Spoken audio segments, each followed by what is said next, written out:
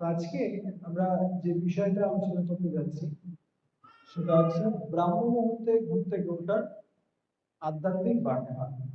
যদিও আমাদের কাছে মেসেজ দিয়েছে ভক্তিতে উন্নতি লাভের অব্যক্ত সূত্র, এরকম একটা বিষয় দিয়েছে। কিন্তু আসলে যদি কেউ ভক্তিতে উন্নতি করতে চায় তাহলে শুধুমাত্র ভক্তিতে না, জাগতিক ভাবেও যদি কেউ উন্নত হতে চায় তাহলে কি করতে হবে? Early to bed, early to rise makes a man healthy, wealthy, wise. এটা এই প্রবাদ প্রবচনটা আসলে আসছে খনার একটা প্রবাদ থেকে। খনা বলছে, সকাল সকাল ঘুমায় যারা, সকাল সকাল উঠে স্বাস্থ্য সৌভাগ্য আর জ্ঞান তাদের ভাগ্যেই জোটে। তো যারা তাড়াতাড়ি ঘুমাবে, তাড়াতাড়ি উঠবে, তাদেরকে কোথায় যেতে হবে না, ডাক্তারের কাছে যেতে হবে না। ডাক্তারের কাছে তবুও যেতে হচ্ছে বিভিন্ন ভাবে, বিভিন্ন কিছুর জন্য। কিন্তু আমরা যদি তাড়াতাড়ি ঘুমিয়ে তাড়াতাড়ি ওঠার প্রচেষ্টা করি তাহলে স্বাভাবিকভাবে আমাদের দেহে যে বডিলি ক্লক রয়েছে এটা ঠিক মতো চলবে। কেন? কারণ ভগবান রাত্রি সৃষ্টি করেছে কিসের জন্য? ঘুমানোর জন্য, রেস্ট নেওয়ার জন্য। আর দিন সৃষ্টি করেছে কিসের জন্য? কাজ করার জন্য। কিন্তু আমাদের ক্ষেত্রে উল্টোটা হয়ে যায়, আমরা রাত্রে জেগে থাকি আর দিনে বিশ্রাম নিই। এবং এর কারণে কি হয়, আমাদের দৈহিক যে মানে দেহ ভরি এটা পুরো উল্টে গেছে সম্পূর্ণরূপে। আগে আমার এখনো মনে পড়ে, আমি যখন ক্লাস 5-6 এর স্টুডেন্ট সম্ভবত, আমার একটা টিচারের কাছে পড়তে যেতাম। ওই টিচার 8টা সাড়ে 8টার মধ্যে ছুটি দিয়ে দিত। ছুটি দেওয়ার পরে বাসায় বাড়িতে চলে আসতাম, আসার সাথে সাথে খেয়ে দিয়ে ঘুম। মানে 8টার পরে সব জায়গায় লাইট টাইট অফ, সবকিছু বন্ধ। এটা খুব সুন্দর একটা পরিবেশ ছিল তখন। এখন এই পরিবেশে এখন গ্রামও খুঁজে পাওয়া যায় না খুব একটা। তো আমার মনে আছে যখন টিচারটা একটু দেরি করতো, ধরেন 8টা সাড়ে 8টার জন্য 9টা বাজিয়ে দিয়েছে, তখন এসে ভাঙচুর শুরু করে দিতাম বাড়িতে, যে এই টিচার ভালো না, এই টিচারের কাছে আর পড়তে যাবো না, এই বেশিক্ষণ পড়াই, অনেক রাত পর্যন্ত বসায় রাখে, এর কাছে আর পড়তে যাবো না। আমি চিন্তা করছি এই ছোটবেলার যে অভ্যাসটা ছিল এটা কিন্তু আমাকে হেল্প করেছে প্রত্যেকটা ক্ষেত্রে। ইংরেজিতে আরেকটা ভালো প্রবাদ আছে, বলছে early bird catches the big fish. যে পাখিগুলো খুব তাড়াতাড়ি ঘুম থেকে ওঠে ওরা কি করতে পারে? বড় বড় মাছগুলো ধরতে পারে। ঠিক একইভাবে যারা তাড়াতাড়ি ঘুম থেকে ওঠার অভ্যাস করে, দেখবেন যতগুলো সাকসেসফুল ব্যক্তি রয়েছে জগতে এরা সবাই কিন্তু তাড়াতাড়ি ঘুম থেকে ওঠার অভ্যাসে অভ্যস্ত। কিন্তু আমরা যত আধুনিক হচ্ছি তত আমরা এই অভ্যাস থেকে কিসে চলে যাচ্ছি? পেছনে চলে যাচ্ছি। এবং তার কারণে কি হচ্ছে দেখেন, তার কারণে আমরা যদি কিভাবেও দেখি, বৈজ্ঞানিক ভাবেও দেখি, দেখবেন এখনকার মানুষের যে রোগ প্রতিরোধ ক্ষমতা এটা কমে আসছে। ছোটখাটো রোগে মানুষ মারা যাচ্ছে। আমার একটা দিদি, আমি প্রায় সময় বলছি, আমার একটা দিদি, এটা মামাতো বোন, বয়স সর্বোচ্চ 40 বছর, ছোট ছোট দুটো বাচ্চা আছে, বেশি বড় না। কিন্তু আমি তখন ইন্ডিয়াতে ছিলাম, ওই সময়টাতে এই কয়েক মাস আগে, 4-5 মাস আগে হঠাৎ করে হার্ট অ্যাটাক হয়েছে, মারা গেছে। বয়স বেশি না, আর বাচ্চাও দেখছে ছোট ছোট ছোট দুটো বাচ্চা। কিন্তু দেখেন এই হার্ট অ্যাটাক বলি, ডায়াবেটিস বলি, এই সমস্ত রোগগুলো সব লাইফস্টাইল ডিজিজ বলা হয়। মানে আমাদের কিসের কারণে হচ্ছে? আমাদের দৈনন্দিন যে জীবনযাত্রা প্রণালী, এই প্রণালীর কারণে কিন্তু এই রোগগুলো হচ্ছে। এবং কত ধরনের যে রোগ ভিতরে আছে এটা বুঝতে পারবো না এখন, যখন কার কাছে যাবো, ডাক্তারের কাছে যাবো, হঠাৎ করে দেখবেন যে হার্ট ব্লক, নাহলে কিডনি, এখানে ওখানে বিভিন্ন জায়গায় সমস্যা হয়েছে। যদি আমরা আধ্যাত্মিকতা বাদও দিই, যদি আমরা সুস্থ থাকতে চাই, তাহলে কিসের অভ্যাস করতে হবে? তাড়াতাড়ি ঘুমানো, তাড়াতাড়ি উঠানো। আর সকালবেলা ব্রেন সবচেয়ে বেশি ফ্রেশ থাকে, আর সেই সকালের সময়টাই আমরা ঘুমে কাটিয়ে দিই। যে সময়টা সবচেয়ে ইম্পর্টেন্ট, দিনের মধ্যে সবচেয়ে গুরুত্বপূর্ণ সময় আছে ব্রাহ্ম মুহূর্তের সময়, সবচেয়ে গুরুত্বপূর্ণ সময়। সেই সময়টাকে আমরা কি করে ফেলি? ঘুমে কাটিয়ে দিই। এই জন্য বলছে মনু, আমাদের যে মনুষ্য বা মানবরা আসছে কোথা থেকে আসছে? মনু থেকে আসছে। এবং মনু সংহিতা নামে একটা বই রয়েছে, যেখানে মানুষ কিভাবে আচরণ করলে সবসময় কি থাকতে পারবে, সুস্থ থাকতে পারবে, খুব ভালোভাবে জীবন যাপন করতে পারবে, উনি সবকিছু লিখছেন ওখানে। তো ওখানে একটা খুব সুন্দর শ্লোক রয়েছে, উনি লিখছেন, আমার পর পরে বলতে পারেন। ব্রাহ্ম মুহূর্তে ইয়া নিদ্রা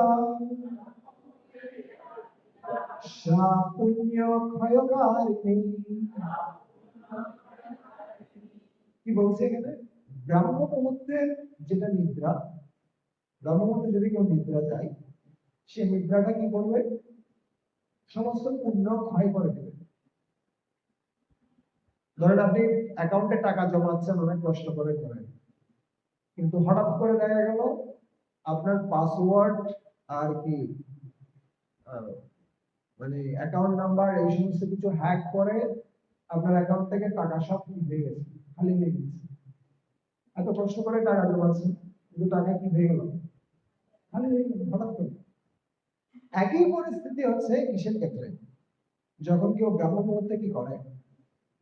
নিদ্রা যায়। এই জন্য বলছে ব্রাহ্ম মুহূর্তে ইয়া নিদ্রা সা পুণ্য ক্ষয়কারী, সমস্ত পুণ্যকে ক্ষয় করে দেয়। এবং সেখানে আরো বর্ণনা করা হচ্ছে যে ব্রাহ্ম মুহূর্তে যদি কেউ জেগে থাকে এবং ব্রাহ্ম মুহূর্তের সময়ে কি করে, জেগে উঠে যদি কেউ স্নান করে, সেই স্নানকে তুলনা করা হচ্ছে ব্রহ্ম স্নান। কি স্নান? আরেকটু উচ্চস্বরে। এই ব্রহ্ম স্নান হচ্ছে গঙ্গা, যমুনা, গোদাবরী, সরস্বতী, নর্মদা, সিন্ধু, কাবেরী, যা যা কিছু আমরা বলি না কেন, সবচেয়ে পবিত্র নদী, এই সমস্ত নদীতে স্নান করলে যা পুণ্য হয়, তার থেকে বেশি পুণ্য হয় ব্রাহ্ম মুহূর্তে শুধুমাত্র সাধারণ জলে স্নান করলে। আপনাকে ওই গঙ্গা জল এনে স্নান করতে হবে কথা নেই। ওই জাস্ট ব্রাহ্ম মুহূর্তে যদি কেউ স্নান করে, তার ফলে সে কি পাবে? সমস্ত নদীতে স্নান করার ফল পেয়ে যাবে। আর বলছে যে ব্রাহ্ম মুহূর্তের সময়ে যে জেগে থাকে, শুধুমাত্র জেগে থাকে, বেশি কিছু করতে হচ্ছে না, শুধুমাত্র জেগে থাকে, বলছে জেগে থাকার মাধ্যমেও সমস্ত দেবতাদের আশীর্বাদ সে পায়। কিভাবে সে পায়?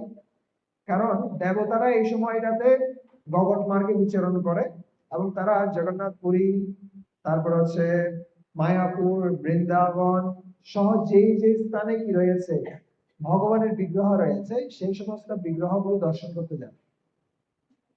এবং বিগ্রহ দর্শন করতে যাওয়ার সময় তারা দেখেন কারা কারা জেগে আছে, এবং যারা জেগে থাকেন তাদেরকে বিশেষ আশীর্বাদ তারা তারা করে। তাহলে আমরা কি পাবো? ব্রাহ্ম মুহূর্তে স্নান করলে কি স্নান? এটা স্নানের নামটা কি বললাম? ব্রহ্ম স্নান। আর এই স্নান কিসের সাথে তুলনা করা হচ্ছে? না না, কোন নদীর স্নানের সাথে তুলনা করা যাবে না। মানে সব নদীর স্নানের থেকে উত্তম স্নান হচ্ছে ব্রাহ্ম মুহূর্তে স্নান করা। ঠিক আছে?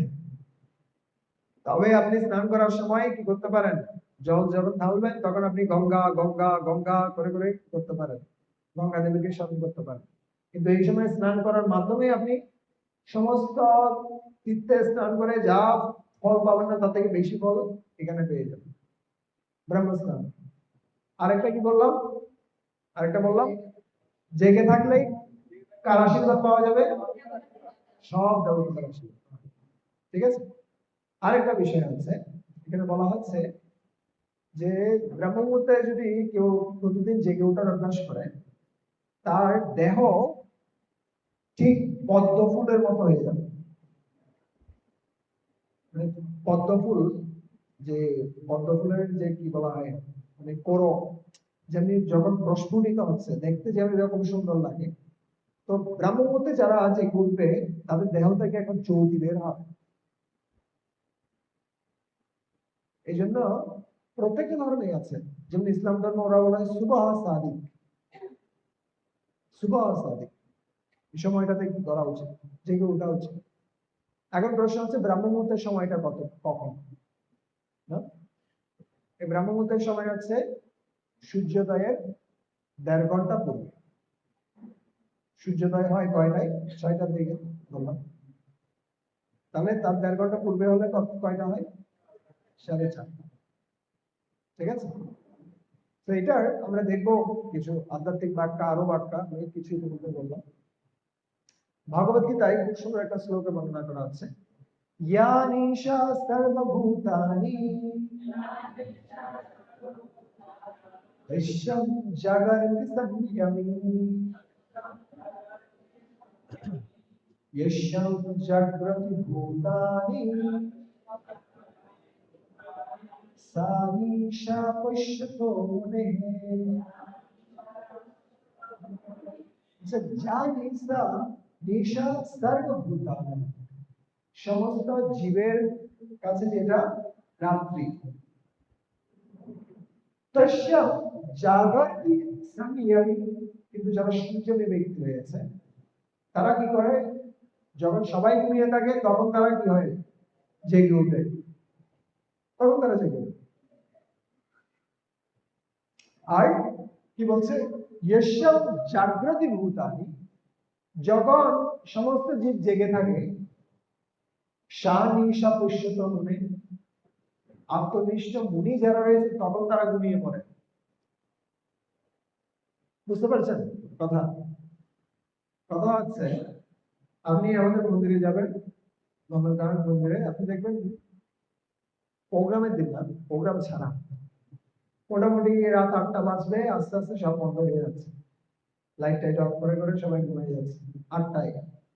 কিন্তু 8টায় খোলা শুরু হয় না, এর ব্রেকফাস্ট শুরু হয় 9টায়। 7টা 8টার দিকে মানুষ ব্রেকফাস্ট করে, ডিনার করে 10টা 11টা 12টায়, ঘুমাইতে ঘুমাইতে একটা, সাধারণ সেটআপ। কিন্তু বলছে যে সাধারণত সাধু মহাত্মারা ওরা 8টার দিকেই কি হয়ে যায়, আস্তে আস্তে ঘুমিয়ে পড়ে। কেন? ওরা অনেক আগে উঠে ঘুম থেকে। আমরা অতটুকু কথা বলছি না, জেনারেলি স্বাভাবিকভাবে আমাদের চেষ্টা করা উচিত 10টার দিকে ঘুমিয়ে যাওয়া। কেন? 9টা থেকে 12টা পর্যন্ত ঘুম, 3 ঘন্টা ঘুম 6 ঘন্টা ঘুমের কাজ নেই। আর 12টা থেকে 3টা পর্যন্ত ঘুম, 3 ঘন্টা ঘুম, 3 ঘন্টা ঘুমের কাজ নেই। আপনি এরপরে 3টা 4টার পরে যে ঘুমগুলো, যত ঘুমাবে তত ঘুমের অর্ধেক ঘুমের কাজ দিবে, যা ঘুমাবেন তার অর্ধেক। এই জন্য দেখবেন রাত্রে ঘুমিয়ে থাকেন, আর আপনি দেখুন রাত্রে না ঘুমিয়ে আপনি দিনে ঘুমান, পুরো দিন ঘুমানোর পরেও আপনি রাত্রে ঘুমে কি পাবেন না, তৃপ্তিটা পাবেন না। কেন? অর্ধেক হয়ে যাচ্ছে। এই জন্য শিলা প্রভুপাদ তিনি কি করতেন? তিনি সাধারণত 10টায় ঘুমাতেন, 1টায় উঠে যেতেন, অথবা 12টায় উঠে যেতেন। 2 ঘন্টা ঘুমাতেন, অনলি 2 ঘন্টা। এটা আমি বলছি না আপনাদেরকে 2 ঘন্টা ঘুমানোর জন্য, কিন্তু ওনার সময় ছিল না। মাত্র 2 ঘন্টা ঘুমিয়ে 12টার দিকে উঠে তিনি এই গ্রন্থগুলো লেখা শুরু করতেন। এই ভাগবতম আমরা পাচ্ছি, এই যে 18টা বই আমরা পড়ে শেষ করতে পারতেছি না। আর উনি 10 বছরের মধ্যেই কি করেছেন? 70টা বই লিখেছেন। যেন তেন কথা না, কখন লিখেছেন? রাত্রিবেলায় বৃদ্ধ অবস্থায় আমাদের কিছু করতে হচ্ছে না, আমাদের জন্য বই রেডি, খালি পড়তে হচ্ছে। হুম? কিন্তু যদি আমরা তাড়াতাড়ি ঘুমানোর অভ্যাস করি এবং তাড়াতাড়ি জেগে ওঠার অভ্যাস করি, তাহলে আমরা সবসময় শক্ত করে থাকতে পারবো। শক্ত করে। তো যখন সবাই কি হয়, সবাই ঘুমিয়ে পড়ে, সবাই জেনারেলি ঘুমাতে যায় কখন, একটা দুটো এরকম হয়। বিভিন্ন সময় আমি দেখি কিছু কিছু গল্প, আমি মাঝে মাঝে এটা হতো, যখন ধরেন আমাকে কি করতে হচ্ছে, কোনো জায়গায় ভ্রমণ করতে হচ্ছে, আর ভ্রমণের সময় আমাকে কি করতে হচ্ছে, দেখা যাচ্ছে এক স্টেশন থেকে এক স্টেশন যাচ্ছে, রাত্রিবেলা জেগে থাকতে হচ্ছে। আমি দেখি কিছু কিছু গল্প ওই সময়ও অনলাইনে আছে। তার মানে কি, ওই সময়ও জেগে আছে। তো তাহলে ও জেগে সকালবেলা জেগে উঠবে কখন? কখন সে মঙ্গল আরতি করবে, কখন সে জপ করবে? তাই এই বিষয়টাকে খুব গুরুত্ব সহকারে দেখা উচিত। যদি আমরা সংযমী হতে চাই, একটা হচ্ছে সংযমী, আর একটা হচ্ছে এর বিপরীত কি, সংযমের বিপরীত অসংযত। ঠিক আছে? আর যদি আমরা অসংযত আচরণ করি, দেহটাও আমাদের সাথে অসংযত আচরণ করবে। কেন আগের দিনের মানুষেরা বেশি দিন বাঁচে? আচ্ছা, প্রশ্ন হচ্ছে, আগের দিনের মানুষ যারা ছিল তারা বেশি খেতে পারে নাকি আমরা বেশি খেতে পারি? আগে তারা বেশি দিন বাঁচতো নাকি আমরা বেশি দিন বাঁচি? আগে। সবকিছু দেখবেন, সবকিছু ভালো আগে। আর এখন যদি জিজ্ঞেস করি, আগের দিনের মানুষ বেশি জেলে যেত নাকি এখনকার মানুষ বেশি জেলে যায়? আগের দিনের মানুষ বেশি নেশা করতো নাকি এখনকার মানুষ বেশি নেশা করে? যা কিছু খারাপ আপনি দেখবেন এখন, যা কিছু ভালো আগে। কেন? এই সমস্ত প্রযুক্তি ছিল না। মানুষ রাত্রিবেলা তাড়াতাড়ি করে কি করতো, ঘুমিয়ে যেত। আর ওদিকে পাখি ডাকলেই উঠে গেছে, তাড়াতাড়ি করে উঠে কি করছে, ঘরের কাজকর্ম শুরু করে দিয়েছে। ওই কারণে তারা সবসময় সুস্থ থাকতো। ঠিক আছে? তো আমরা সংযমে হতে চাই, আমরা কি হতে চাই না, অসংযত হতে চাই না। তাৎপর্যে শিলা প্রপাত লিখছেন, দুই ধরনের বুদ্ধিমান লোক রয়েছে। এক ধরনের বুদ্ধিমান লোক ইন্দ্রিয় তৃপ্তির, ইন্দ্রিয় ভোগ তৃপ্তির উদ্দেশ্যে বৈষয়িক ব্যাপারে খুব উন্নতি লাভ করে। আর অন্য ধরনের বুদ্ধিমানেরা, হরে কৃষ্ণ, অন্য ধরনের বুদ্ধিমানেরা আত্ম অনুসন্ধানী এবং আত্মতত্ত্ব জ্ঞান লাভের চেষ্টায় সদা জাগ্রত। আত্ম অনুসন্ধানী সাধু বা চিন্তাশীল মানুষের কাজকর্ম জাগতিকভাবে আচ্ছন্ন মানুষের কাছে যেন রাত্রির অন্ধকার মনে হয়।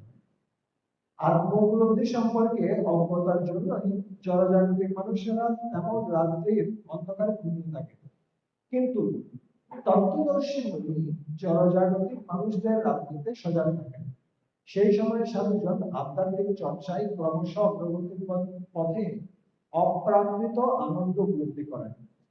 আর তখন সংসারের লোক রাত্রিতে ঘুমিয়ে থেকে নানা রকম ইন্দ্রিয় উপভোগের স্বপ্ন দেখে, এবং সেই স্বপ্নে সে কখনো নিজেকে সুখী মনে করে, কখনো ঘুমের ঘরে দুঃখীও মনে করে। এই সমস্ত জনজাগতিক সুখ দুঃখের প্রতি আত্ম অনুসন্ধানী ব্যক্তি সর্বদা উদাসীন থাকে। তিনি জনজাগতিক প্রতিক্রিয়ায় সম্পূর্ণ নিষ্ক্রিয় থেকে আত্ম উপলব্ধির কাজে সচেষ্ট থাকে। তো একজন ব্যক্তি কি করতে চায়, জাগতিকভাবে উন্নত হতে চায়, আর একজন ব্যক্তি আধ্যাত্মিকভাবে উন্নত হতে চায়। কিন্তু যারা জাগতিকভাবে উন্নত হতে চায়, তারা মনে করে আধ্যাত্মিকভাবে যারা উন্নত হতে যাচ্ছে তারা হচ্ছে পাগল। আর যারা আধ্যাত্মিকভাবে উন্নত হতে যাচ্ছে তারা মনে করছে, আরে মানুষগুলো এত পরিশ্রম করছে কিন্তু খাচ্ছে কতটুকু, ঘুমাচ্ছে কতটুকু, আবার যতটুকু ইনকাম করছে, যতটুকু সেভ করছে, সেটা আবার কোথায় চলে যাচ্ছে, ডাক্তারের পেছনে চলে যাচ্ছে। সবকিছু এভাবে পরিচালিত আছে। কিন্তু আমাদের জানা উচিত যে যারা আত্ম অনুসন্ধানের প্রচেষ্টা করছে তারা ধীরে ধীরে উন্নত হচ্ছে, তারা ধীরে ধীরে তাদের যে লক্ষ্য, ভগবত প্রেম লাভ করা, সেটার দিকে এগিয়ে যাচ্ছে। ঠিক আছে? তো আয়ুর্বেদে অথর্ববেদেও বর্ণনা করা আছে, সেখানে শাস্ত্র রক্ষার্থম আয়ুষ তন্ত্র সর্বাত্ম সাধার্থম সাধ্যার্থম স্মরিচ মধুসূদন। কি বলছে? যিনি ব্রাহ্মণ মুহূর্তে ঘুম থেকে উঠে শ্রী মধুসূদনের আরাধনা করবেন, তার স্বাস্থ্য সর্বদা ভালো থাকবে এবং তার আয়ু বাড়বে।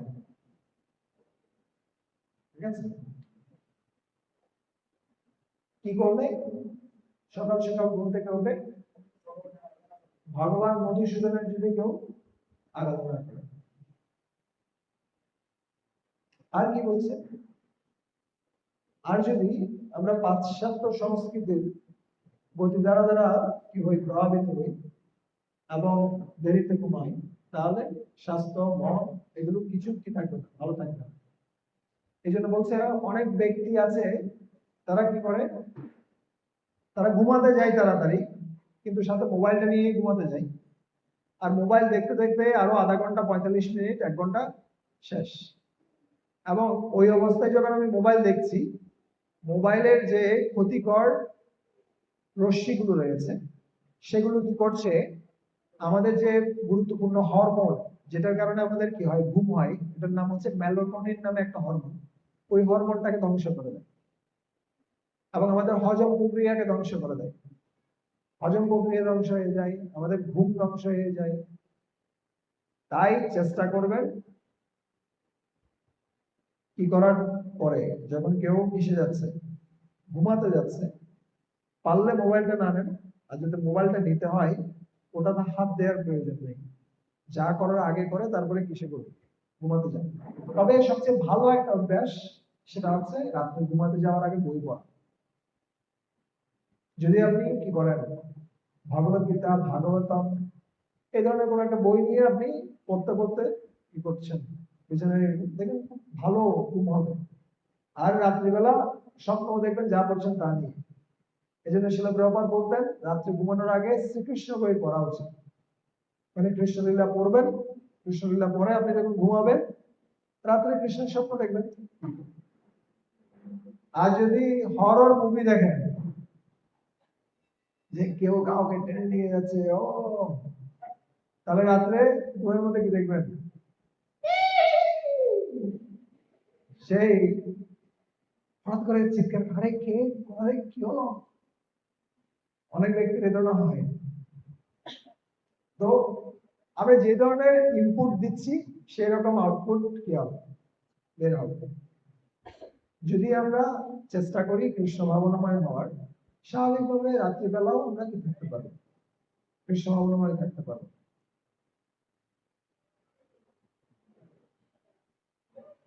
তাই যারা ব্রাহ্ম মুহূর্তে উঠে স্নান করে, তারা হচ্ছে কি যোগী। ব্রাহ্ম মুহূর্তের সাথে 6টা থেকে 8টায় ঘুম থেকে ওঠার, যারা উঠে তাদেরকে বলা হচ্ছে ভোগী, আর 8টার পরে যারা ওঠে তাদেরকে বলা হচ্ছে রোগী। ব্রাহ্ম মুহূর্তে ঘুম থেকে উঠলে যোগী, 6টা থেকে 8টার মধ্যে উঠলে ভোগী, আর 8টার পরে উঠলে রোগী। তা এখন আপনি কি ভোগী হবেন, রোগী হবেন, নাকি যোগী হবেন? যোগী অথবা যোগিনী হওয়া উচিত। ঠিক আছে? কেন? কারণ যোগ অনুশীলনের মাধ্যমে সমস্ত দুঃখ থেকে মুক্ত হওয়া যায়। এই জন্য ভগবত গীতায় ভগবান কৃষ্ণ বলছেন, যুক্ত আহার বিহারস্য যুক্ত চেষ্টো সুকর্মসু যুক্ত স্বপ্নাববোধস্য যোগো ভবতি দুঃখঃ। ভগবান কৃষ্ণ বলছেন যুক্ত আহার, পরিমিত পরিমাণে আহার করা, খুব বেশিও নয়, খুব কমও নয়। এটা কেমন বুঝবো? খুব বেশিও না, খুব কমও না, যতটুকু খাওয়ার পরে কাজ করতে পারি, এটা হচ্ছে যুক্ত আহার। যেটা খাওয়ার পরে বিছানা টান দেয়, তাহলে বুঝতে হবে এটা যুক্ত আহার মানে, ঠিক আছে। এটা হচ্ছে একটা যুক্ত শব্দের অর্থ হচ্ছে পরিমিত। যুক্ত শব্দের আরেকটা অর্থ হচ্ছে যোগ করা। কার সাথে যোগ করা? ভগবানের সাথে। যা আহার করব সেই আহারটাকে কার সাথে যুক্ত করা? ভগবানের সাথে। মানে যা আহার করব তা ভগবানকে দিয়ে কি করা? আহার করা, ঠিক আছে। ভগবানকে নিবেদন করে সেই খাদ্যদ্রব্যগুলো আহার করা, এটা হচ্ছে যুক্ত আহার। যুক্ত বিহার, বিহার মানে হচ্ছে বিনোদন। প্রত্যেকেরই কিছু না কিছু বিনোদন প্রয়োজন, তাই না? এখনকার যুগে বিনোদনের উৎস কি কি আছে? গেমস, তারপর কি টিকটক, কত ধরনের বিনোদন না? কিছু না কিছু বিনোদন সবার প্রয়োজন। আর যদি কোনো কিছু না থাকে, জাস্ট স্ক্রল করো ফেসবুক, ইউটিউব, ইনস্টাগ্রাম, এটা এক প্রকার বিনোদন। কেন? এই যে স্ক্রলটা করছি, এর মাধ্যমে একটা সুখ আসে, জাস্ট একটু নাড়ানো, কিছু নয় মানে হচ্ছে একটু নাড়াতে হবে এটা। এভাবে করতে করতে মানুষের বাম হাত, বৃদ্ধ আঙ্গুল এগুলো খুব অ্যাক্টিভ হয়ে যায়, খালি কি করতে থাকে? Scroll scroll scroll scroll. But আমি গত 5 বছর ধরে, 2020 সাল থেকে শুরু করেছি, 5-6 বছর হয়ে যাচ্ছে, আমি প্যারেন্টাল কন্ট্রোল অ্যাপ ইউজ করছি। এই প্যারেন্টাল কন্ট্রোল অ্যাপটা ইউজ করার ফলে আমার মোবাইলের কন্ট্রোল আরেকজনের হাতে, এবং এই মোবাইলে ফেসবুক, ইউটিউব, ইনস্টাগ্রাম, যা যা কিছু বলেন এগুলো কোনো কিছু কি করা যাবে না, ইনস্টল করা যাবে না। মানে এগুলো তো ঢুকা যাবে না। ঢুকতে গেলে বলবে আপনার প্যারেন্টের সাথে যোগাযোগ করুন। এবং এর ফলে কি সুবিধাটা হয়েছে সেটা আমি বলি। সুবিধাটা হয়েছে কি, আমি যখন সময় পাই, এখন আমি ভাগবতম করি। যখনই সময় পাই আমি হয়তো কোনো একটা প্রবচন শুনছি, যখনই সময় পাচ্ছি। কিন্তু আগে কি হতো, যখনই সময় পেতাম হয়তো একটু দেখে আসি, ইউটিউবে একটা লেকচার শুনি, অথবা কিসে, অথবা ফেসবুকে গিয়ে একটু দেখি জগতের কি ঘটনা, কোথায় কি কি ঘটলো। কিন্তু এর মধ্যে 2-3 ঘন্টা শেষ, গায়েব। আপনি বলতে পারেন আপনি নিজে তো ইউটিউবের লেকচার দেন, আপনি আবার ইউটিউব ইউজ করেন না কেন?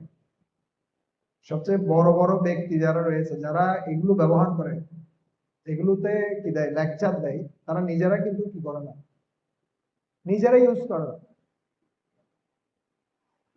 কেন আমরা দিচ্ছি? কারণ এটার ব্যবহার অনেকেই করছে, অনেকেই এখানে আছে, তো ওদের খোরাক দেওয়ার জন্যই আমরা এখানে কি করছি, আপলোড করছি। কিন্তু আমরা নিজেরা যে ইউজ করছি তা না। আমার যা কিছু শুনতে হয় সেগুলো আমি ল্যাপটপ থেকে ডাউনলোড করে নিই, ডাউনলোড করে এগুলো শুনি আমি। কিন্তু আমি সরাসরি গিয়ে ইউটিউবে কোনো কিছু কি করি না, অ্যাটলিস্ট মোবাইল থেকে না। মোবাইলে ঢুকতে গেলেই ওই প্যারেন্টাল কন্ট্রোলের ইয়াটা চলে আসবে, আপনার এটা নিষিদ্ধ, আপনি এখানে ঢুকতে পারবেন না। যদি ঢুকতে হয় তাহলে আপনার প্যারেন্টের সাথে যোগাযোগ করেন, না হলে যদি আপনি বেশি কিছু কি করতে চান আপনার মোবাইল বন্ধ হয়ে যাবে। কিন্তু এর ফলে কি হলো, আমার সময় সেভ। আমি অনেক সময় পাচ্ছি গ্রন্থ পড়ার, অনেক সময় পাচ্ছি লেকচার শোনার, অনেক সময় পাচ্ছি আমার আশেপাশে যে বন্ধুগুলো রয়েছে তাদের সাথে সময় দেয়। আমরা একসাথে বসে শাস্ত্র আলোচনা করি, আমরা একসাথে বসে ও কি বললো আমি কি বললাম এগুলো শেয়ার করি। কিন্তু এই জিনিসটাই আমাদের সবকিছু কি করে নেবে, সবকিছু শেষ করে দিচ্ছে, সবকিছু। এখন আগের দিনে একটা ছেলে একটা মেয়ের সাথে সম্পর্ক করতে হলে অনেক কাঠখোট্টা পোহাতে হতো। এখনকার সময় কিছু নেই, সিম্পল, জাস্ট মেসেঞ্জারে একটা দুটো চ্যাট হচ্ছে, শেষ। যুগটা অনেক সহজ হয়ে গেছে, কিন্তু সহজ হয়েছে কোথায়? নরকের পথটা সহজ হয়েছে, ঠিক আছে। আবার এই কথাগুলো বলছি মানে এই নয় যে আমি আপনাদেরকে বলছি না যে এখনই সবকিছু বাদ দিয়ে দিতে, কিন্তু একটু চিন্তা করার বিষয়। যদি আমরা সত্যিকার অর্থে যোগী হতে চাই, আমরা যদি চাই ভগবানের সাথে যুক্ত হতে, তাহলে আমাদের কিছু না কিছু রুলস রেগুলেশন পালন করতে হবে।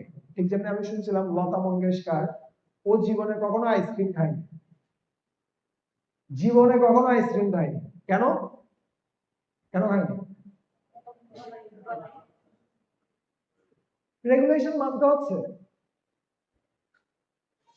তো আমাদের ক্ষেত্রেও যদি আমরা মিনিমাম রেগুলেশন গুলো না মানি, মিনিমাম রেগুলেশন, তাড়াতাড়ি ঘুমানো, তাড়াতাড়ি ওঠা, চেষ্টা করা, ঠিক আছে, তাহলে যোগী হওয়াটা খুব কঠিন। ঠিক আছে, দেন এই 5টা অঙ্গ বলছে, 64টা অঙ্গের কথা বলছেন মহাপ্রভু, ভক্তির 64টা অঙ্গ, তার মধ্যে 5টা অঙ্গকে প্রধান অঙ্গ হিসেবে তিনি বর্ণনা করছেন। কি কি? সাধু সঙ্গ, নাম কীর্তন, ভাগবত শ্রবণ, মথুরাবাস, শ্রীমূর্তির সদায় সেবন, সকল সাধন শ্রেষ্ঠ এই পঞ্চ অঙ্গ, কৃষ্ণ প্রেম জন্মায় পাঁচের অল্প সঙ্গ।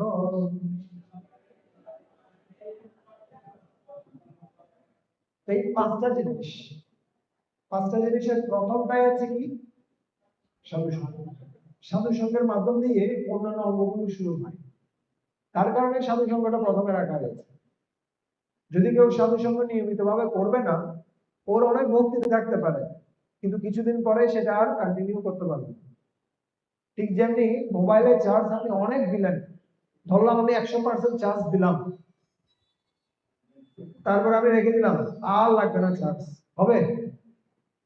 আপনি যদি বলেন যে আমি এটা চালাবো না, তো আর এটা অফ করে রেখে দিব, তারপরেও চার্জ থাকবে? এটা কিন্তু কমতে থাকবে আস্তে আস্তে। কিন্তু আমাদের পক্ষে কি ঘুমিয়ে থাকা সম্ভব যে না আমি একবার চার্জ নিলাম আর লাগবে না? সবসময় চার্জ লাগবে। সাধু সঙ্গ, নাম কীর্তন, ভগবানের নাম কি করা? জপ করা, হরে কৃষ্ণ হরে কৃষ্ণ কৃষ্ণ কৃষ্ণ হরে হরে, হরে রাম হরে রাম রাম রাম হরে হরে। এই মহামন্ত্র জপ করা, কীর্তন করা, ভাগবত অধ্যয়ন করা, ভাগবত শ্রবণ। মথুরাবাস, মথুরাবাস মানে হচ্ছে কি করা? তীর্থস্থানগুলো পরিভ্রমণ করা। আসলে মথুরা, বৃন্দাবন হচ্ছে কোথায়? যেখানে ভগবানের কথা হয়, যেখানে ভগবানের আরাধনা হয়, সেই সমস্ত স্থানকে হরে কৃষ্ণ।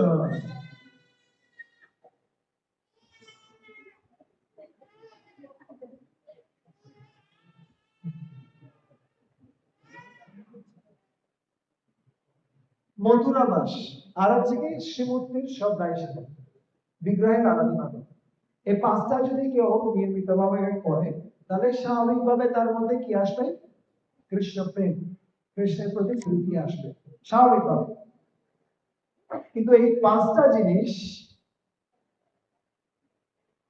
কি হয়ে যাবে? এই 5টি অঙ্গ করলে 50টি ফল লাভ হয়েছে। এবং যদি কেউ সকালবেলা ঘুম থেকে উঠে কি করে? মঙ্গলা আরতিতে অংশগ্রহণ করে, হরে কৃষ্ণ মহামন্ত্র জপ করে, গুরু বাস্তকম পাঠ করে, তাহলে এই 64টা অঙ্গ যা রয়েছে তার মধ্যে 50 থেকে 55টা অঙ্গ আর্জিত হয়ে যায়। ঠিক যেমনি অনেক সময় ধরুন ভ্যাকসিন, যে কিছু কিছু এখানেও দেখবেন মেইন সুইচ আছে, মেইন সুইচটা যখন আপনি অফ করে দেবেন, এই লাইট গুলো এমনিতেই কি হয়ে যাবে? অফ হয়ে যাবে। এটার জন্য আপনাকে আলাদাভাবে অফ করতে হবে না, একটা একটা করে ওইখানে অফ করে দেবেন, সব শেষ। ঠিক একইভাবে যদি কেউ সকালবেলা জেগে উঠে হরে কৃষ্ণ মহামন্ত্র জপ করে, তাহলে ভক্তির যত অঙ্গ আছে সবগুলো এমনিতেই কি হয়ে যাবে? সমাধান হয়ে যাবে, আপনাকে চিন্তা করতে হবে না বিশেষ কিছু। জাস্ট সকাল সকাল ঘুম থেকে উঠে প্রথম কাজ থাকবে হরে কৃষ্ণ মহামন্ত্র জপ করা। কিও প্রয়োজন নেই, আগে আরতি দেওয়ার প্রয়োজন নেই। আগে ঘুম থেকে উঠে স্নান করতে পারেন, অথবা যদি মনে হয় যে না স্নান করলে কি হতে পারে, মানে কোনো প্রবলেম হতে পারে, আপনি যদি ফিল করছেন এরকম, আসলে কিছু হবে না, প্রয়োজন হলে আপনি গরম পানিও ব্যবহার করতে পারেন। আর যদি মনে হয় যে না কোনো ক্রমে স্নান করতে গেলে আমার কি হচ্ছে, তাহলে আপনি ঘুম থেকে উঠে আগে হাত মুখ ধুয়ে আপনি জব শুরু করে দিতে পারেন। কিন্তু এত জোরে জব করবেন না যার ফলে আপনার পরিবারের অন্যান্য সদস্যদের ঘুমটা কি হয়ে যেতে পারে, নষ্ট হয়ে যাবে, যেতে পারে। তার ফলে আপনাকে আবার এর পরের দিন জবটা বন্ধ করে দিতে হবে। তাই এমন ভাবে জব করুন যেন আপনি নিজে শুনতে পান। ঠিক আছে, নিজে শুনতে পারার মতো জব করুন, কিন্তু পরিবারের অন্যান্য সদস্যদের কি করবেন না, ঘুমে ব্যাঘাত ঘটাবেন না। আর যদি সবাই ভক্ত হয়ে যায়, সবাই সকাল সকাল উঠে যায়, তাহলে তো এটা ভালো। হরি বল, এটা তো সবচেয়ে ভালো। এই জন্য ভক্তিবিনোদ ঠাকুর বলছিলেন, যেদিনও গৃহে ভজন দেখি, গৃহেতে গোলক ভাই। যখন গৃহের সবাই মিলে একসাথে ভগবানের ভজন করে, তখন গৃহটাই গোলক বৃন্দাবন হয়ে যায়। হরি বল। আপনাকে গোলক বৃন্দাবন গিয়ে গোলক বৃন্দাবনের টেস্ট পেতে হবে। যদি ঘরের সবাই মিলে একসাথে ভগবানের ভজনা করে, সবাই মিলে একসাথে জপ করে, একসাথে কি করে ভগবানের আরতি কীর্তন অনুসরণ করে, একসাথে প্রসাদ পায়, গৃহটাই গোলক বৃন্দাবন। আপনাকে বিশেষ কোনো প্রচেষ্টা করতে হবে। ঠিক আছে, তো ABCDE, A for association of devotees, Bhakta Sangha, B for Bhagavatam অথবা B for ভগবত গীতা। ভগবত গীতা পড়ুন অথবা ভাগবতম পড়ুন, অ্যাটলিস্ট দিনে 5-10 মিনিট হলেও পড়ুন। যদি পুরো দিন পড়তে পারছেন না, রাত্রে ঘুমানোর আগে হলেও পড়ুন।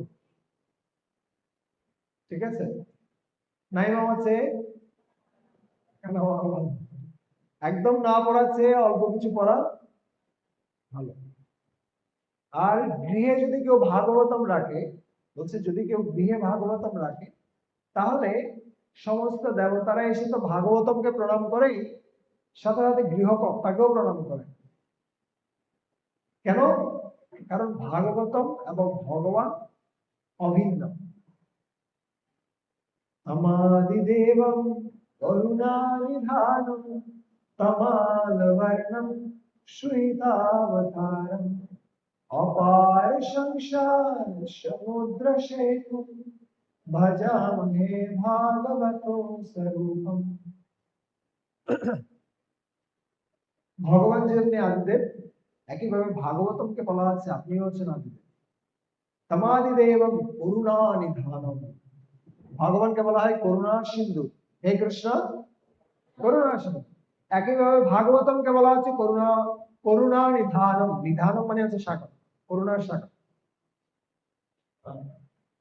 করুণা নিধানম তমাল বর্ণম, ভগবান যেমনি তমাল বর্ণের। তমাল বৃক্ষ দেখেছেন আপনারা? তমাল বৃক্ষ, তমাল গাছ খুব কম ব্যক্তি দেখেছেন মনে হচ্ছে। তমাল বৃক্ষ, তমাল বৃক্ষে যেরকম রং, ভাগবতমের রঙও আছে সেরকম। কেন? কালি যেটা দিয়ে রাখা আছে ওটা কালো। তমাল বর্ণম সুহিতাবতার, অত্যন্ত প্রিয়, অত্যন্ত করুণাময় অবতার, সুহিতাবতার। অপার সংসার সমুদ্র সেতু,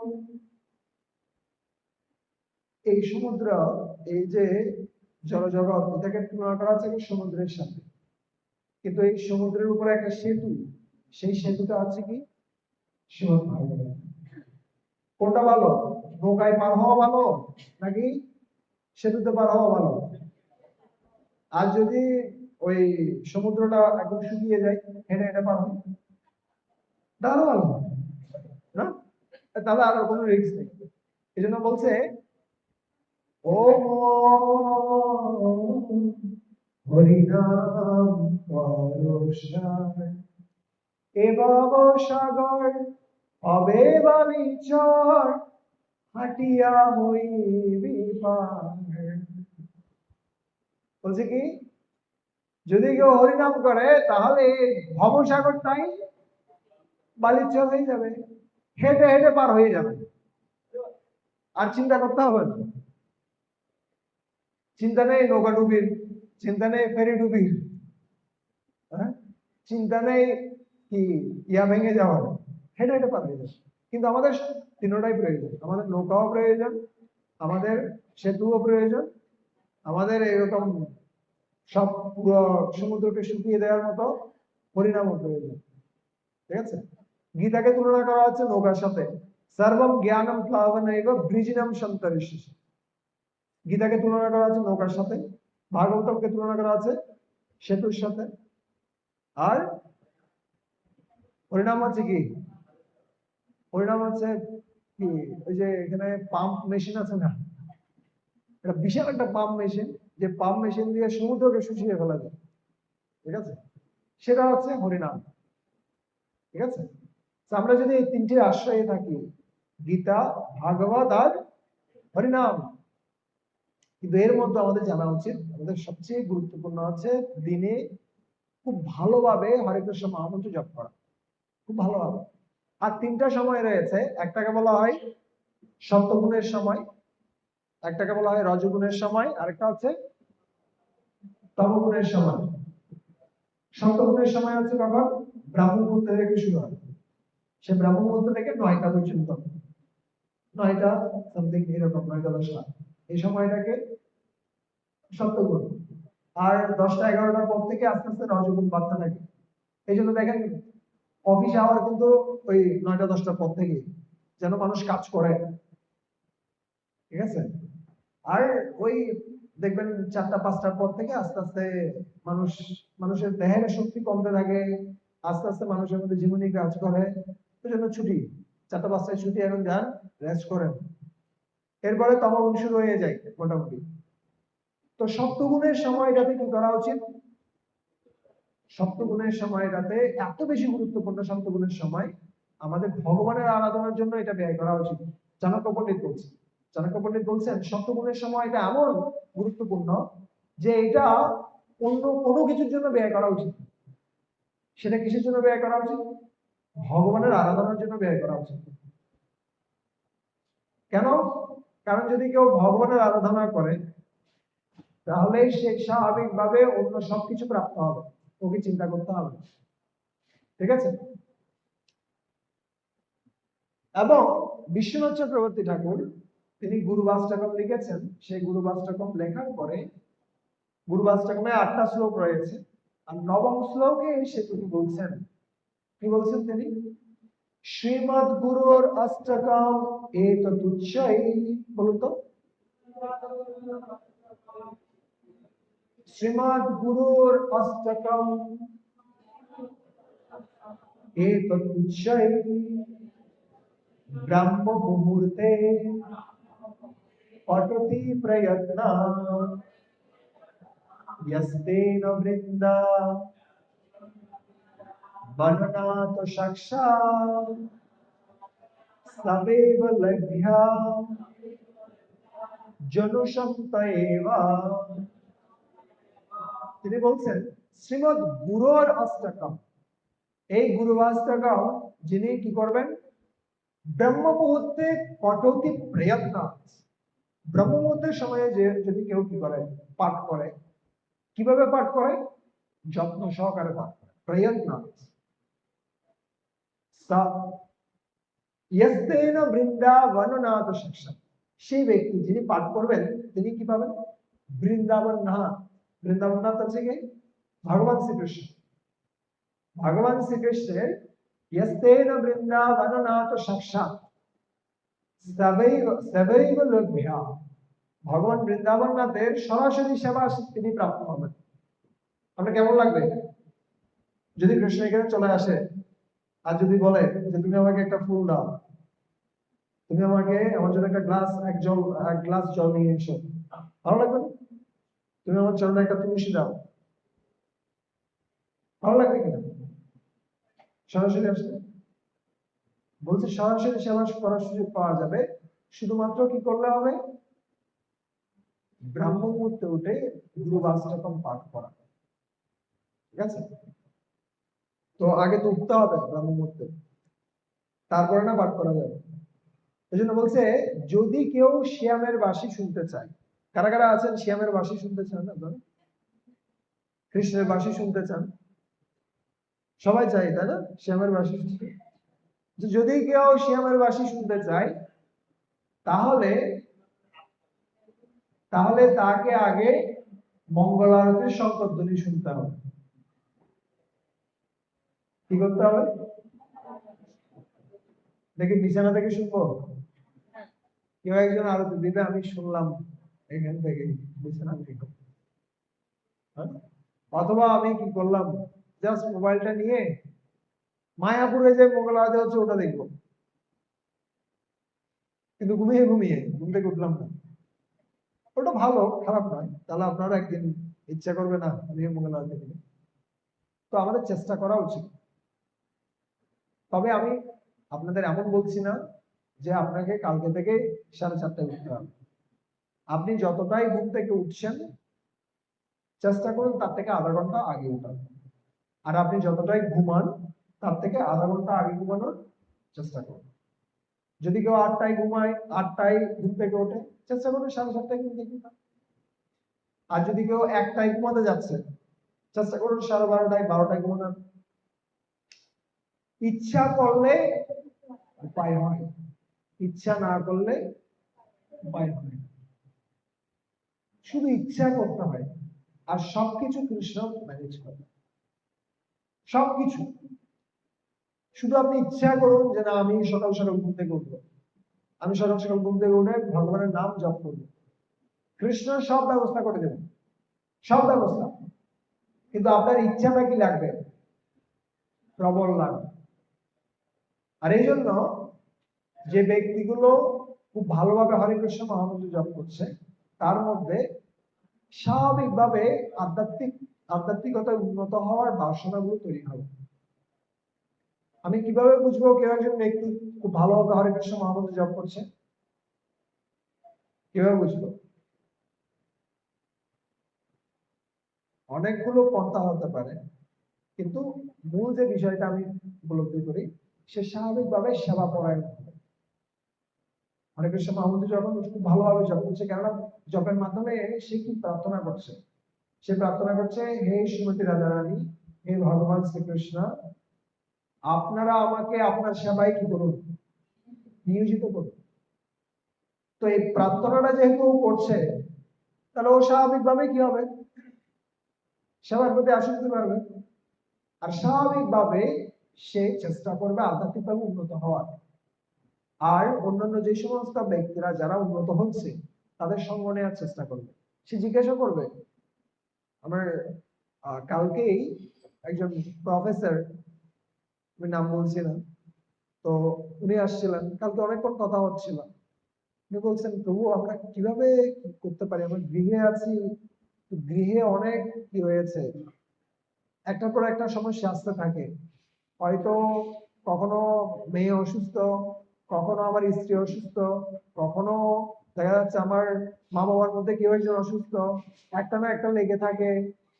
তো এই পরিস্থিতির মধ্যে আমি কিভাবে সবকিছু ঠিক মতো চালিয়ে যাব? আমার কিছুদিন আমার ঠিক মতো চলে, তারপর আবার কোনো একটা সমস্যার সৃষ্টি হয়, তারপর আবার আমি আবার চেষ্টা করি কিছুদিন পরে, কিন্তু কন্টিনিউ রাখাটা কঠিন হয়ে পড়ছে। তখন আমি ওনাকে বললাম যে আপনারা কারা কারা সাইকেল চালিয়েছেন? সাইকেল চালিয়েছেন? তো সাইকেল যখন চালাই কেউ, যখন ব্রাক দিতে হয় তখন কিন্তু হ্যান্ডেলটা ঘুরাতে হয়। ধরুন আপনাকে রাইট দিকে যেতে হচ্ছে, ডান দিকে রাইটে হ্যান্ডেলটা ঘুরাতে হবে। কিন্তু ডান দিকে হ্যান্ডেলটা ঘুরাচ্ছেন মানে হ্যান্ডেলটা সবসময় ডান দিকে থেকে যাবে তা নয়। এটা ওদিকে যাওয়ার পরে রাস্তা যখন সোজা হয়ে গেছে, এখন হ্যান্ডেলটা কি থাকবে? সোজা। ঠিক একইভাবে কিছু কিছু সময় আসবে যে সময়গুলোতে হয়তো আপনাকে বেশি কি দিতে হচ্ছে, আপনার কনসেন্ট্রেশন, আপনার মনোযোগ দিতে হচ্ছে ঘরের বিভিন্ন কাজগুলোর প্রতি খুব বেশি পরিমাণে। দেখা গেল কেউ অসুস্থ হয়ে গেছে, কেউ কোনো একটা সমস্যার সৃষ্টি হয়ে গেছে, ওখানে পুরো মনোযোগটা ওখানে দিতে হচ্ছে, উপায় নেই কোনো। কিন্তু এই পরিস্থিতিটা যাওয়ার সাথে সাথে যেন আমরা আবার ব্যালেন্স করি। কিসে ব্যালেন্স করি? আমার জাগতিক জীবন এবং আধ্যাত্মিক জীবন। কেন বলছি ব্যালেন্স করা প্রয়োজন? কারণ চরমে আমরা কিন্তু এই দেহটা নই, দেহটা আমাদেরকে ছাড়তে হবে, আজকে হোক কালকে হোক ছাড়তে হবে।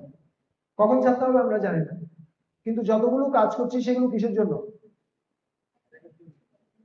দেহের জন্য নাকি আপনার জন্য? সব দেহের জন্য করছি আমরা। দেখেন না, পুরো সকাল থেকে রাত পর্যন্ত যতগুলো কাজ, কিসের জন্য? সকাল থেকে উঠে আমি রান্না করছি, হয়তো কি করছি, যা যা কিছু করছি বেশিরভাগ কাজই হচ্ছে কিসের জন্য? দেহের জন্য। আত্মার জন্য কোন কাজগুলো? ভগবানের নাম জপ করা, ভাগবত অধ্যয়ন করা, ভগবানকে পূজা নিবেদন করা, এগুলো হচ্ছে কার জন্য কাজ? আত্মার জন্য। তো আমরা চরমে আত্মার জন্য যে সমস্ত কাজ, সেই কাজগুলোকেই সাথে নিয়ে যেতে পারবো, অন্য কিছু আমাদের সাথে আমরা নিতে পারবো না। জন্য আমি কিছুক্ষণ আগেও একটা গল্প বলছিলাম। একবার গুরু নানক তিনি কি করেছেন, তিনি পরিভ্রমণ করছেন। আর যখন ভ্রমণ করছেন, তিনি হঠাৎ করে দেখলেন একটা ঘরের সামনে অনেকগুলো পতাকা। আর এত পতাকা দেখে তিনি জিজ্ঞেস করছেন, এখানে এত পতাকা কেন? বলছে এই ব্যক্তির যখন 1000 স্বর্ণ মুদ্রা সংগ্রহ হয়, তখন তিনি একটা করে পতাকা লাগান। আর এখানে গুনে দেখেন কয়টা পতাকা আছে, তত হাজার স্বর্ণ মুদ্রা উনি কি করেছেন, সংগ্রহ করেছেন। তখন এই কথা শুনে খুব ইন্টারেস্টিং বিষয়, তো আমি তো ওর সাথে একটু দেখা করতে চাই। তখন দেখা করতে গেছে, ওই ব্যক্তি খুব খুশি হয়েছে। উনি দেখাচ্ছেন, দেখেন এই ঘরটা এরকম, এখানকার রাজস্থানের পাথর দিয়ে এটা করেছি, ওখান থেকে এটা এনে এটা করেছি, এটা করেছি, ওটা করেছি। এবার দেখাতে দেখাতে গুরু নানক বললেন, আমি খুব খুশি হয়েছি তুমি যে এত সুন্দর ঘর তৈরি করেছো, আর তোমার ঘরের সামনে এতগুলো আমি কি দেখলাম, পতাকা দেখলাম, শুনলাম এত হাজার স্বর্ণ মুদ্রা তুমি কি করেছো, সংগ্রহ করেছো। তো খুব ভালো। তো তুমি যেহেতু অনেক কিছু সংরক্ষণ করছো, আমিও তোমাকে একটা জিনিস দিতে চাই, তুমি এটা একটু সংরক্ষণ করবে। সে কি? সে আমি তোমাকে এই সুইটা দিচ্ছি, সুইটা তুমি একটু সংরক্ষণ করবে। হ্যাঁ, আমার অনেক বড় গোডাউন আছে, ওখানে অনেক কিছু সংরক্ষণ করছি, এই সুই সংরক্ষণ করা আর কি বিষয়, আমি রেখে দিব খুব ভালো হবে। কিন্তু প্রশ্ন হচ্ছে আপনি কখন নিয়ে যাবেন এটা? সেটা আগামী জন্মে তুমি আমাকে দিও। আগামী জন্মে আমি আপনাকে কিভাবে দিব? এই সুইটা আমি কিভাবে নিয়ে যাবো আগামী জন্মে? যদি একটা সুই নিয়ে যেতে না পারো আগামী জন্মে, তাহলে এত হাজার যে স্বর্ণ মুদ্রার গর্বে তুমি কি লাগাচ্ছ, ফ্ল্যাগ লাগাচ্ছ, এটার কি মূল্য? এতগুলো স্বর্ণ মুদ্রা তুমি সংগ্রহ করে কি করবে, কোথায় নিয়ে যাবে তুমি? তো মূল বিষয়টা হচ্ছে আমাদের আত্মার জন্য কি দেওয়া উচিত? সময় দেওয়া উচিত। কারণ সময়টাই একমাত্র জিনিস যেটা আমরা দিতে পারি। ভগবান কিন্তু অন্য কিছু চাচ্ছেন না আপনার কাছে। আর যা যা জিনিস আছে এগুলোর কোনো মূল্যও নেই। যেমন জব করতে কোনো টাকা লাগে, ভগবানের পূজা দিতে টাকা লাগে, জাস্ট আপনি তুলসী দিচ্ছেন, তুলসীর কোনো মূল্য আছে ওই ধরনের? এক গ্লাস জল দেওয়ার কোনো মূল্য আছে? নেই তো। সিম্পল। কিন্তু যদি কেউ এই কাজগুলোই, যেটার জাগতিকভাবে কোনো মূল্য নেই, কিন্তু সেগুলো করার মাধ্যমে অমূল্য সম্পদ আমরা কি প্রাপ্ত হতে পারি। কিন্তু এটার জন্য যদি আমরা সামান্য প্রচেষ্টা করি, জাস্ট প্রতিদিন সকাল সকাল ঘুম থেকে উঠে হরে কৃষ্ণ হরে কৃষ্ণ কৃষ্ণ কৃষ্ণ হরে হরে, হরে রাম হরে রাম রাম রাম হরে হরে, এই হরে কৃষ্ণ মহামন্ত্র যদি জপ করি, তাহলে আমরা সবকিছু প্রাপ্ত হতে পারি। এই জন্য বলছে বিচেরিয়ানি বিচিন্তানি বিচেজানি পুনঃ পুনঃ। একজন কৃপণ যেভাবে বারবার করে তার টাকা গুনে, কত টাকা হলো, টাকা কোথাও চলে গেল কিনা, ও সবসময় চিন্তা থাকে। ঠিক একইভাবে কৃপণস্য ধনানি তন্নাম গ্রহণাদি। কৃপণ যেভাবে খুব গুনে গুনে টাকাগুলো রাখে, খুব যত্ন সহকারে, আর দিন দিনে ও টাকা বাড়ায়, টাকা যেন এক টাকাও কি না হয়, খরচ না হয়, নষ্ট না হয়, ওটার দিকে কি থাকে, পুরো খেয়াল থাকে। ঠিক একইভাবে আমাদের গুনে গুনে হরে কৃষ্ণ মহামন্ত্র জপ করে আমাদের আধ্যাত্মিক সম্পদ বাড়ানো উচিত, আধ্যাত্মিক ভাবে আমাদের কৃপণ হওয়া উচিত, যেন আমরা এই হরে কৃষ্ণ মহামন্ত্র জপ করে খুব ভালো একটা কি করতে পারি, অ্যামাউন্ট তৈরি করতে পারি। যে অ্যামাউন্টটা দিয়ে আমি কি করতে পারবো। আমি বিশ্বজিৎ প্রভুকেও জিজ্ঞেস করছিলাম, ওনাদের কালকে ঢাকায় যেতে হবে, মাতাজির অসুস্থতা, আমরা সবাই মিলে একবার প্রার্থনা করতে পারি সুস্থতার জন্য, কল্যাণের জন্য। হরে কৃষ্ণ কৃষ্ণ কৃষ্ণ কৃষ্ণ হরে হরে, হরে রাম রাম রাম হরে হরে। তখন আমি জিজ্ঞেস করছিলাম, কালকে যে ঢাকা যাবেন, টাকা পয়সা কেমন নিতে হবে? যে অনেক টাকা নিতে হবে, অপারেশন বিভিন্ন কিছুর জন্য অনেক টাকা লাগবে। সে এখান থেকে ঢাকা যেতেই জাস্ট একটা অপারেশনের জন্য যদি 1 টাকা নিতে হয়, তাহলে এখান থেকে আমরা কোথায় যাব? গোলক বৃন্দাবনে যাব, অথবা কোথায় যাব আমরা জানি না, এই দেহ ছেড়ে দেওয়ার পরে। টাকা নিতে হবে কিনা? টাকা নিতে হবে না? আর এখানকার টাকা ইন্ডিয়াতে গেলেও চলে না। ওই জন্য কি রকম টাকা নিয়ে যেতে হবে? আধ্যাত্মিক টাকা। সে আধ্যাত্মিক টাকা হচ্ছে কি? হরে কৃষ্ণ হরে কৃষ্ণ কৃষ্ণ কৃষ্ণ হরে হরে, হরে রাম রাম রাম হরে হরে।